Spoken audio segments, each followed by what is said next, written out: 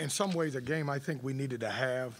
You know, one of the things I told the guys in one of the timeouts in the first 12 to 14 minutes of the game is that don't let your defense suffer because you're not scoring the basketball. And certainly I didn't think we were sharp, you know, coming out of the gate. And, you know, thank God that we did a great job of finding Sam, and Sam made some great shots for us. That being said, I thought we played very well on the defensive end when you talk about only giving up 21 points in the first half. And then you look at our turnovers. I think I heard a stat right now that we've turned the last two teams over more times than they had made field goals, which is exactly what we want to have. But very encouraged. Certainly, you know, you got to find a way to win games on certain days when your offense is not clicking. And I thought in the first half we wasn't clicking. I didn't think anybody played particular, but I thought we did a great job of finishing the game and happy with the results. You know, I told the guys in the locker room that, you know, we're always happy with a win, but now we got to go back and figure out the things we didn't do well and then obviously get better at certain situations.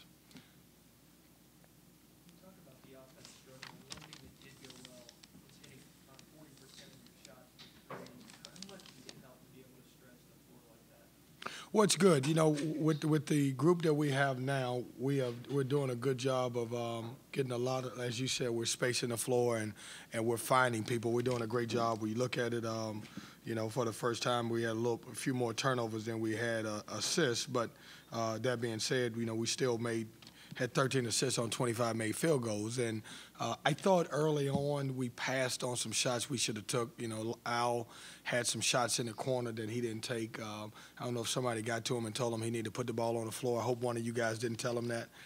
But, you know, certainly making shots and being able to make threes certainly helps his offense right now. Coach, do you think this could be a consistently good shooting team, or you feel like it might be more of a team because the Spurs feel about the defense? No, I like the team's ability to make shots. You know, at all times, right now, we've got a couple guys on the floor that can make shots, Al Freeman and obviously Sam. And then, you know, Markel's getting better, LeVar's getting better at making shots. So we got some guys that can make some shots. But I think the more we work at it, the more we continue to play at our pace and shoot the ball at our pace, I think we'll become a very good shooting team.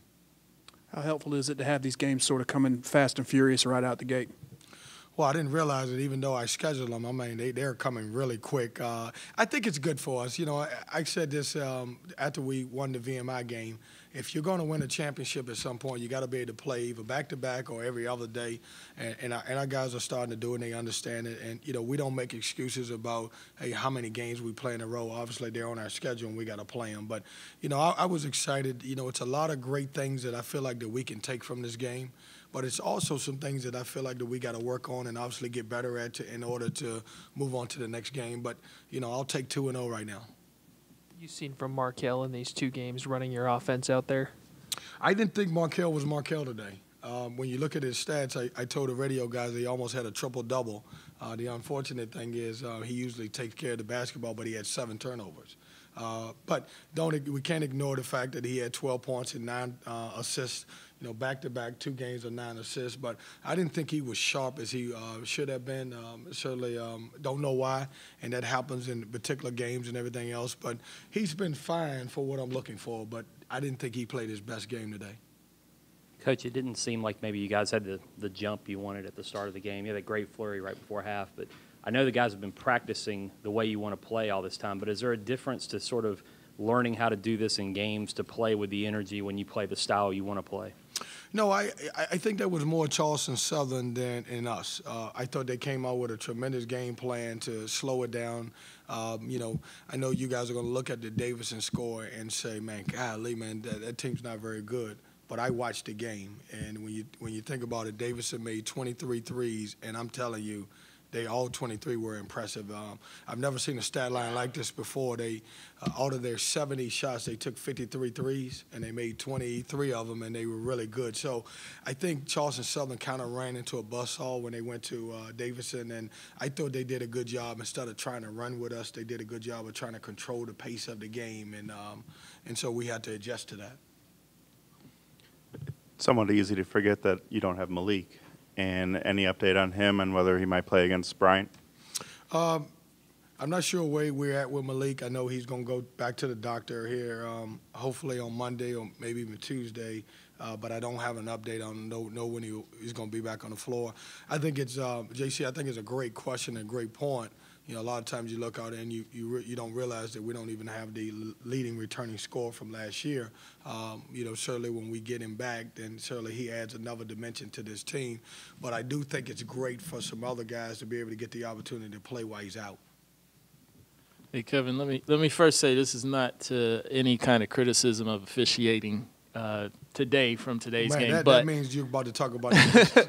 Well, in general, we're kind of talking beforehand about big men and nationally. Do you feel at all that big men are kind of being almost officiated out of the game with some of the fouls that get called on them for being not for being physical, just for being big? Like, you know, and since the game has kind of gone to small ball and there are a few just big men who still play like big men. Well, see, I'll tell you this. I thought Teddy, I thought Jerry, and I thought Lee did a tremendous job tonight.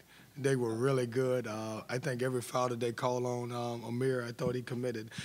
To answer your question, it's tough, you know, because, you know, certainly you're right. It is going small ball. The toughest thing for post guys around the country is to adjust to all the different rules.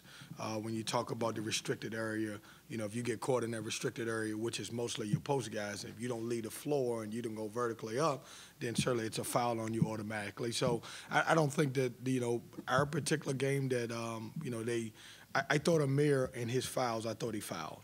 Now, certainly I may think different when I go back and look at the film, but I thought he made some, you know, chippies that he shouldn't have.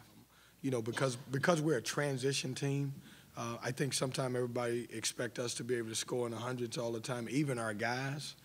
But it's not always going to have to win their way. If you're going to win a championship at any level, you got to learn how to win every type of game, whether it's in the 50s, 60s, 70s, or even 100 for us. Everybody good? Yes. You're going out this weekend 2-0, your first weekend at NC State. How are you feeling? Well, I feel good, but I'm like every other coach. You know, I'm looking for improvement. Certainly, I'm one of those guys that take, you know, one game at a time, and so I'll look at the VMI game as I did, and then I'll now take a look at this Charleston Southern game, and I'm trying to figure out how we can get better as a team. But, you know, listen, when you're 2-0, be excited. I told the guys coming into this game, I said half of the country is 0-1 and half of it's 1-0. After the game tonight, somebody's going to be 2-0, somebody's going to be 1-1, somebody's going to be 0-2. I'd rather be 2-0.